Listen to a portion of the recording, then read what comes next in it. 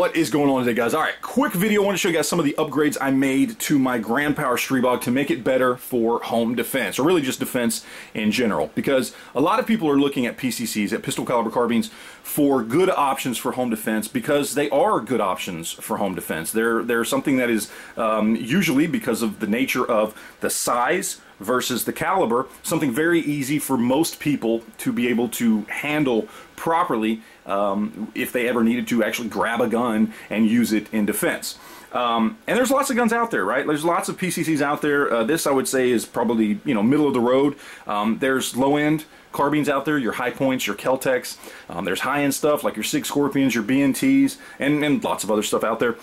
This fits squarely in the middle. I would put this probably in the same range of price versus quality as, let's say, the Ruger PCC or the new Ruger Charger PCC. It's right there in the middle. This thing, depending on how you get it, with or without a brace, that kind of thing, going to run you $650 to $800. So kind of pricey for some people, kind of cheap for others. It depends on where you fall and what you consider expensive for a home defense gun. But this falls somewhere in the middle as far as I'm concerned. So I think it's a good option for a home defense tool. It is something that I've been, you know, as I've gotten this and I've taken it and I've shot it and I've, you know, gone through it and tested it and played with it. It's something that I'm recommending to people at least to check out more and more. So I wanted to show you guys some of the stuff that I did to it just to kind of make it a little bit better for a home defense tool. So first up, we've got the light here. This is the Olight that I actually had on one of my ARs, and I tested it on one of my ARs and tested it on one of my handguns as well. I actually really liked it, and seeing as how now that I've had a chance to use this thing a little bit more, I'm probably more likely to use this as a home defense tool as opposed to my AR pistol, which is what I had this on before. I decided to swap it over and put it on here. Really good light. I believe it's 1500 lumens if I recall correctly. Really nice, rechargeable. It's a great light. You know, before I actually got my hands on this, I couldn't have told you, you know, really anything about Olight. After playing around with this light, I'm absolutely a fan of Olight.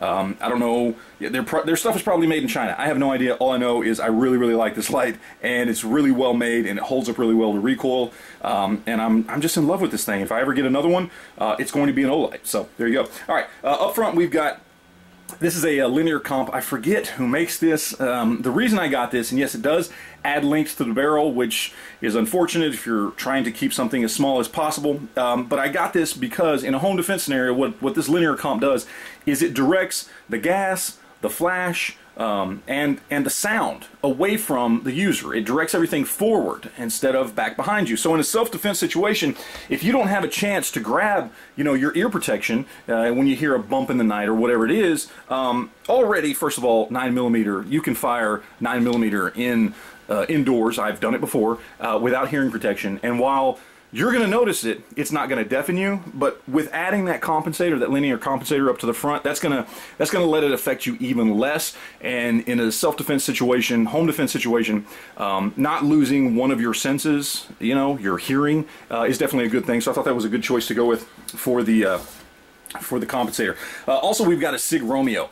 This is the first time I'm playing around with a Sig Romeo. I've never owned one before. I've had it now for, we're going on 2 months at this point, and I'm really liking it. I'm a huge fan of the Vortex Spark, which is a very similarly priced and sized and type of optic, kind of these mini red dots. And I'm a huge fan of it. Been running one of those for over 7 years now and have had great luck with it. This actually, the Sig Romeo, is actually a little bit cheaper. It's made by Holosun, so you could actually get one from Holosun, or you can just buy the Sig Romeo version of it.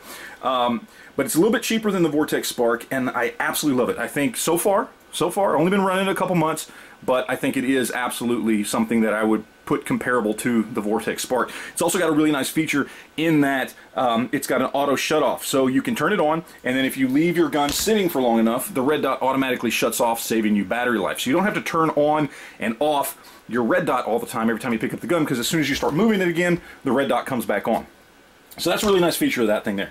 And then lastly, what I did is I went ahead and I put a reduced weight AR-15 hammer and trigger spring kit in here from JP Enterprises. They cost about 15 bucks. They're not very expensive, and it really lightened up the weight of the trigger. The trigger was already really nice, very comparable to an AR-15 trigger, kind of a mil-spec trigger, because it basically is an AR-15 trigger inside. But I wanted to lighten up just a little bit, make it a little bit nicer of a trigger, and for 15 bucks I thought, well, why don't I go ahead and try?